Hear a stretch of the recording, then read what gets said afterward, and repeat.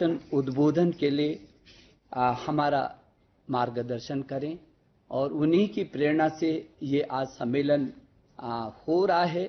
वो हमें पाथेय दें, हमारा मार्गदर्शन करें। माननीय राष्ट्रपति जी। धन्यवाद। राष्ट्रीय शिक्षा नीति 2020 पर आयोजित राज्यपालों के इस सम्मेलन में उपस्थित प्रधानमंत्री श्री नरेंद्र मोदी जी, केंद्रीय शिक्षा मंत्री श्री रमेश पोखरियाल निशंक जी, केंद्रीय शिक्षा राज्य मंत्री श्री संजय धोत्रे जी, समस्त राज्यपाल व उपराज्यपाल, राज्यों के शिक्षा मंत्रीगण, इसरो के पूर्व अध्यक्ष व राष्ट्रीय शिक्षा नीति के प्रमुख शिल्पी डॉक्टर कस्तूरी रंगन जी, सभी कुलपति, निदेशक व शिक्षाविद। यह शिक्षा नीति परामर्शों की अभूतपूर्व और लंबी प्रक्रिया के बाद तैयार की गई है। मुझे बताया गया है कि इस नीति के निर्माण में लगभग 2.5 लाख ग्राम पंचायतों, 12,500 से अधिक स्थानीय निकायों तथा लगभग 675 जिलों से प्राप्त 2 लाख से अधिक सुझावों को ध्यान में रखा गया है।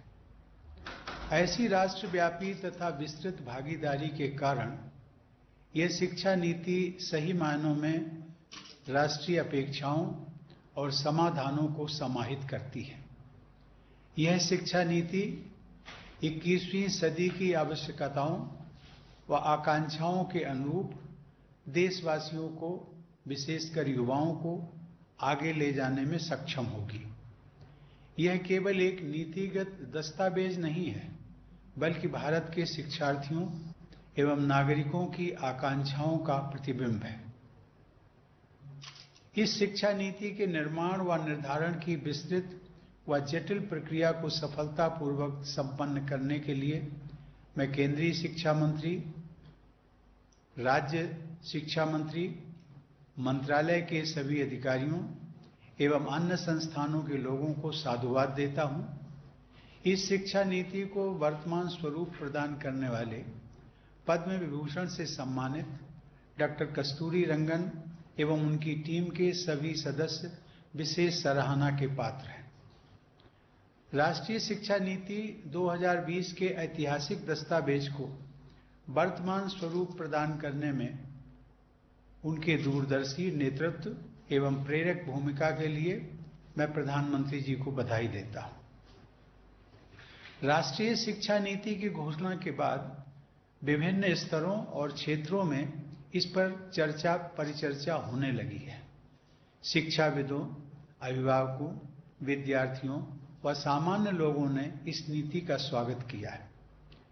यह कहा जा रहा है कि यदि इस नीति के अनुरूप बदलाव कर लिए जाते हैं तो भारत एक शिक्षा महाशक्ति बन जाएगा। इस शिक्षा नीति के क्रियान्वयन में राज्यपालों की महत्वपूर्ण भूमिका होगी। वर्तमान में 400 से अधिक राज्य विश्वविद्यालयों तथा उनसे संबद्ध 40,000 से अधिक महाविद्यालयों में 2.5 करोड़ से अधिक विद्यार्थी शिक्षा प्राप्त करते हैं। इस दृष्टिकोण से राज्य विश्वविद्यालयों के ऊपर एक विशेष जिम्मेदारी है। अधिकांशतः राज्यपाल ही इन विश्वविद्यालयों के कुलाधिपति हैं। विश्वविद्यालयों, महाविद्यालयों, संस्थाओं तथा अन्य स्टेक होल्डर्स के साथ संवाद और समन्वय स्थापित करके शिक्षा नीति को कार्य रूप देने में राज्यपालों को अपना योगदान देना है। मुझे बताया गया है कि कुछ राज्यों ने वर्चुअल सम्मेलन आदि के माध्यम से शिक्षा नीति के क्रियान्वयन की दिशा में परामर्श प्रारंभ भी कर दिया है। ऐसे सभी प्रयास सराहनीय हैं। सामाजिक न्याय और व्यक्तिगत उन्नति का सबसे प्रभावी माध्यम शिक्षा होती है। समाज के भविष्य को बेहतर बनाने के लिए शिक्षा में निवेश करने से बेहतर अन्य कोई निवेश नहीं हो सकता। 1968 की शिक्षा नीति से लेकर इस शिक्षा नीति तक एक स्वर से निरंतर यह स्पष्ट किया गया है कि केंद्र व राज्य सरकारों को मिलकर सार्वजनिक शिक्षा के क्षेत्र में जीडीपी के 6% निवेश का लक्ष्य रखना चाहिए। 2020 की इस शिक्षा नीति में इस लक्ष्य तक शीघ्रता से पहुंचने की अनुशंसा की गई है। शिक्षण तथा पठन पाठन ऐसा होना चाहिए जो विद्यार्थियों में अन्वेषण, समाधान, तार्किकता व रचनात्मकता विकसित करे और नई जानकारी को आवश्यकतानुसार उपयोग में ला सकने की दक्षता व नई सोच पैदा करे। उन्हें ऐसी शिक्षा दी जाए जो चरित्र निर्माण, नैतिकता, करुणा और संवेदनशीलता का भाव विकसित करे और उन्हें रोजगार योग्य भी बनाए। इस नीति के द्वारा उच्चतर शिक्षा प्रणाली में आमूल बदलाव करते हुए युवाओं को उनकी आकांक्षा व आवश्यकता के अनुरूप शिक्षा प्रदान करने की व्यवस्था की गई है। इस शिक्षा नीति में यह स्पष्ट किया गया है कि सार्वजनिक शिक्षा प्रणाली ही जीवंत लोकतांत्रिक समाज का आधार होती है। अतः सार्वजनिक शिक्षण संस्थानों को मजबूत बनाना अत्यंत आवश्यक है। नई शिक्षा नीति में इस बात पर बल दिया गया है कि हम सबको भारतीय जीवन मूल्यों पर आधारित आधुनिक शिक्षा प्रणाली विकसित करनी है। साथ ही यह भी प्रयास करना है कि सभी को उच्च गुणवत्ता से युक्त शिक्षा प्राप्त हो तथा एक जीवंत व समता मूलक नॉलेज सोसाइटी का निर्माण हो। विद्यार्थियों में मूल अधिकारों, कर्तव्यों और संवैधानिक मूल्यों के प्रति आदर भाव, देश प्रेम तथा बदलते विश्व में अपने दायित्वों के प्रति जागरूकता उत्पन्न करना भी इस शिक्षा प्रणाली का उद्देश्य है। उच्चतर शिक्षा के सभी क्षेत्रों में विशेषकर प्रोफेशनल्स को तैयार करने वाली शिक्षा प्रणाली में सार्वजनिक उद्देश्य और नैतिकता के महत्व पर बहुत बल दिया गया है। शिक्षा के माध्यम से हमें ऐसे विद्यार्थियों को गढ़ना है जो राष्ट्र गौरव के साथ साथ विश्व कल्याण की भावना से ओतप्रोत हों और सही अर्थों में ग्लोबल सिटीजन बन सके। इस नीति के द्वारा डिजिटल व ग्लोबलाइज्ड दुनिया में भारत की शिक्षा व्यवस्था का स्वरूप स्पष्ट किया गया है। सामाजिक तथा आर्थिक रूप से वंचित समूहों के लोगों को शिक्षा से जोड़ने पर विशेष बल दिया गया है। वर्ष 2025 तक प्राथमिक विद्यालय स्तर पर सभी बच्चों को मूलभूत साक्षरता और संख्या ज्ञान प्राप्त कराना इस शिक्षा प्रणाली की सर्वोच्च प्राथमिकता तय की गई है। इसके आधार पर ही आगे की शिक्षा का ढांचा खड़ा हो सकेगा। शिक्षा व्यवस्था में किए जा रहे बुनियादी बदलावों में शिक्षकों की केंद्रीय भूमिका रहेगी। इस शिक्षा नीति में यह स्पष्ट किया गया है कि शिक्षण के पेशे में सबसे होनहार लोगों का चयन होना चाहिए तथा उनकी आजीविका, मान मर्यादा और स्वायत्तता को सुनिश्चित किया जाना चाहिए। स्कूली शिक्षा को मजबूत आधार देने के लिए अगले वर्ष यानी 2021 तक इस शिक्षा नीति पर आधारित टीचर्स एजुकेशन का एक नवीन और व्यापक पाठ्यक्रम तैयार करने का लक्ष्य है। टीचर्स एजुकेशन उच्च शिक्षा का अंग है। अतः राज्य स्तर पर आप सबको टीचर्स एजुकेशन से जुड़े अत्यंत महत्वपूर्ण लक्ष्यों को प्राप्त करना है। इस संदर्भ में शैक्षिक रूप से सुदृढ़, मल्टी डिसिप्लिनरी और इंटीग्रेटेड टीचर्स एजुकेशन कार्यक्रम शुरू करने का प्रावधान है। वर्ष 2030 तक इस क्षेत्र में केवल उच्च स्तरीय संस्थान ही सक्रिय रह जाएंगे। विश्व परिदृश्य को देखते हुए व्यावसायिक शिक्षा यानी वोकेशनल एजुकेशन के विषय में एक नए महत्वाकांक्षी दृष्टिकोण को अपनाया गया है। 12वीं पंचवर्षीय योजना के आकलन के अनुसार भारत में वर्कफोर्स के 5% से भी कम लोगों ने औपचारिक व्यावसायिक शिक्षा प्राप्त की थी। यह संख्या संयुक्त राज्य अमेरिका में 52%, जर्मनी में 75% और दक्षिण कोरिया में 96% थी। भारत में व्यावसायिक शिक्षा के प्रसार में तेजी लाने की आवश्यकता को देखते हुए यह तय किया गया है कि स्कूल तथा हायर एजुकेशन सिस्टम में वर्ष 2025 तक कम से कम 50% विद्यार्थियों को व्यावसायिक शिक्षा प्रदान की जाए। इससे हमारे डेमोग्राफिक डिविडेंड का सही लाभ मिल सकेगा। भारतीय परंपरा में विकसित लोक विद्या को उच्च शिक्षण संस्थानों द्वारा व्यावसायिक शिक्षा से जोड़ा जाएगा। इस नीति में यह स्पष्ट किया गया है कि व्यावसायिक शिक्षा को मुख्य धारा की शिक्षा का ही अंग समझा जाएगा और ऐसी शिक्षा को बराबर का सम्मान दिया जाएगा। इससे बच्चों और युवाओं में कौशल वृद्धि के साथ साथ श्रम की गरिमा के प्रति सम्मान का भाव भी पैदा होगा। नई शिक्षा नीति में ऐसी उच्चतर शिक्षा की अवधारणा की गई है जो परंपरा से पोषण प्राप्त करती हो और अपने दृष्टिकोण में आधुनिक व भविष्योन्मुख भी हो। शिक्षण पद्धति और बाल मनोविज्ञान की दृष्टि से सभी स्वीकार करते हैं कि आरंभिक शिक्षा का माध्यम मातृभाषा होनी चाहिए। इस सोच के अनुरूप नई शिक्षा नीति में त्रिभाषा सूत्र की संस्तुति की गई है। इस शिक्षा नीति में भारतीय भाषाओं, कला और संस्कृति को प्राथमिकता दी गई है। इससे विद्यार्थियों में सृजनात्मक क्षमता विकसित होगी तथा भारतीय भाषाओं की ताकत और बढ़ेगी।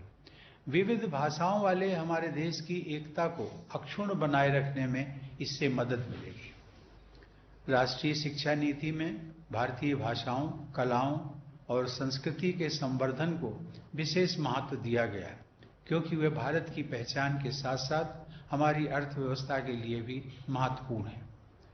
भारत की सांस्कृतिक समृद्धि और विविधता से विद्यार्थियों का परिचय कराने के लिए देश में 100 पर्यटन स्थलों को चिन्हित किया जाएगा।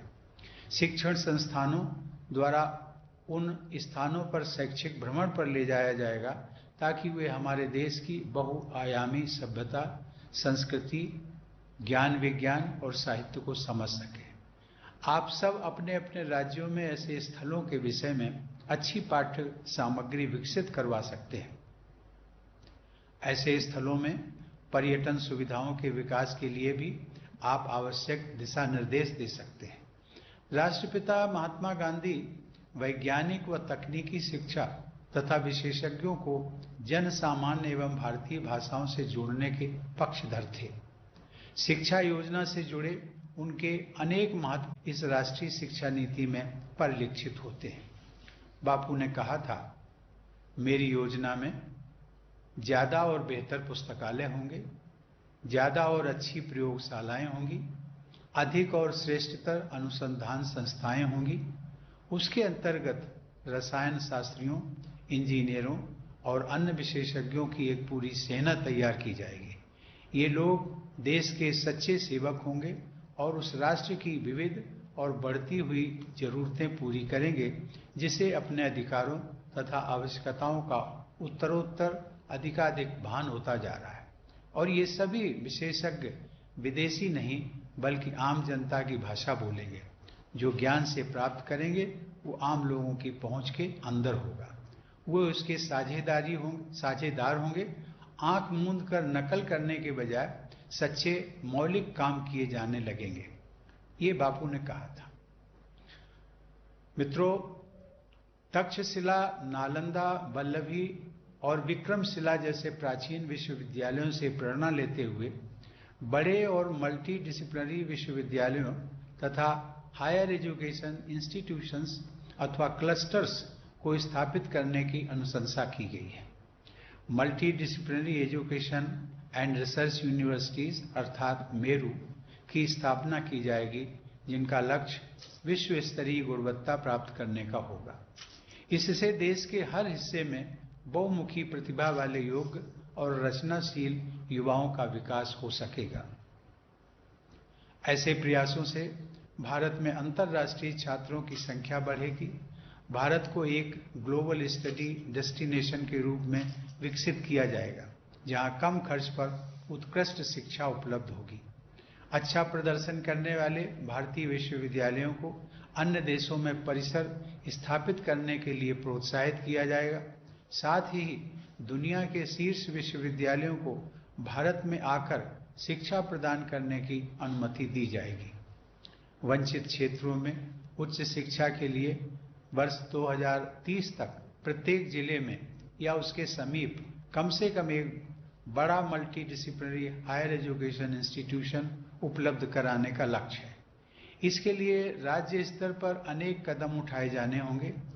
एस्पिरेशनल डिस्ट्रिक्ट्स तथा स्पेशल एजुकेशनल जोन्स में गुणवत्तापूर्ण उच्च शिक्षण संस्थानों की स्थापना की जानी है। यह सामाजिक तथा आर्थिक रूप से वंचित समूहों के हित में एक महत्वपूर्ण कदम होगा। ऑनलाइन और डिजिटल शिक्षा के लिए टेक्नोलॉजी का उपयोग करके शिक्षा को सर्वसुलभ बनाने का प्रयास किया जाएगा। नई शिक्षा नीति में पहुंच, अवसर और गुणवत्ता के अलावा शिक्षा के क्षेत्र में जवाबदेही भी तय की गई है। साथ ही यह नीति शिक्षण संस्थानों और शिक्षकों को अधिक स्वायत्तता देने की संस्तुति करती है।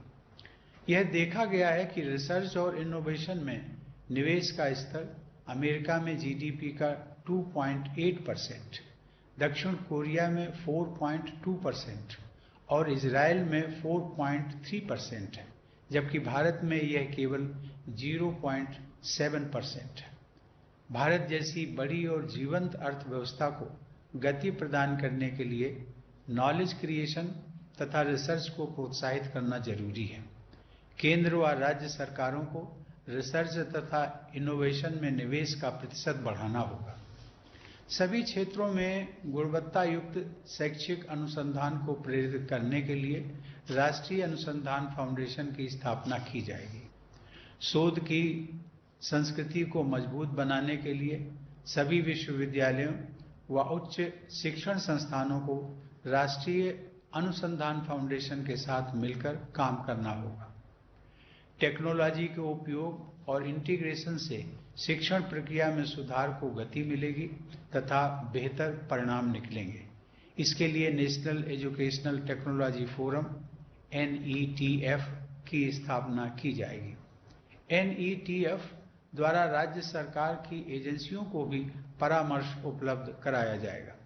शिक्षा प्रणाली के सभी आयामों को टेक्नोलॉजी की सहायता से अधिक सुगम व सुलभ बनाया जाएगा।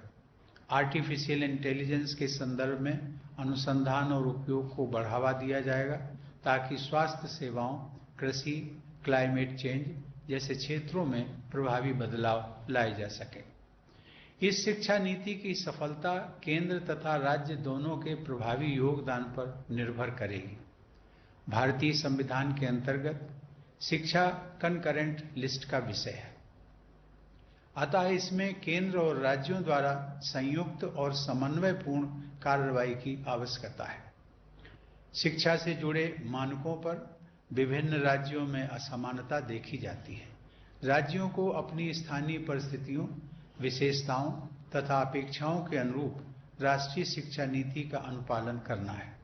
इस शिक्षा नीति को प्रभावी कार्य रूप देने के लिए केंद्र और राज्य सरकारों को सभी स्टेक होल्डर्स के साथ मिलकर अनवरत प्रयास करने होंगे।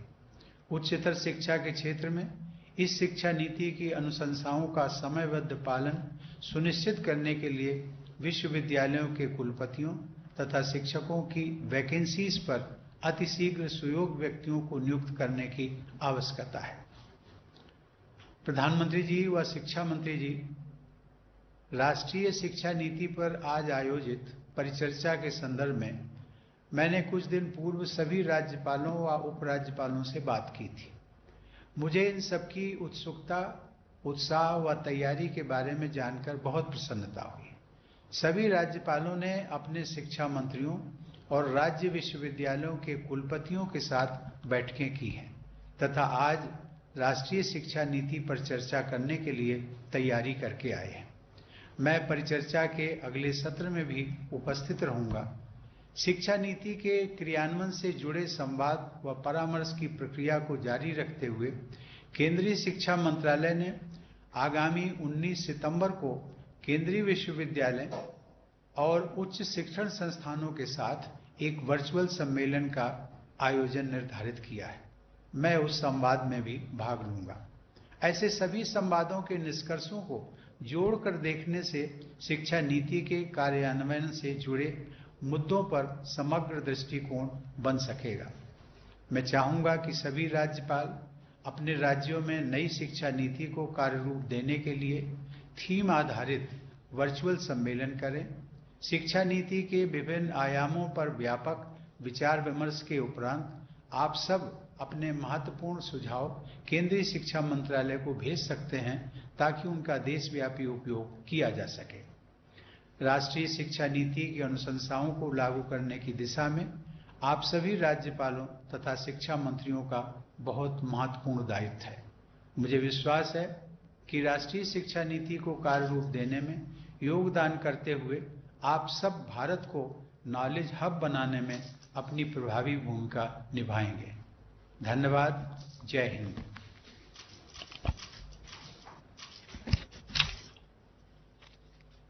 माननीय राष्ट्रपति जी, शिक्षा के उत्थान की दिशा में आपका लगातार हमको मार्गदर्शन मिलता रहा है। हम सौभाग्यशाली हैं।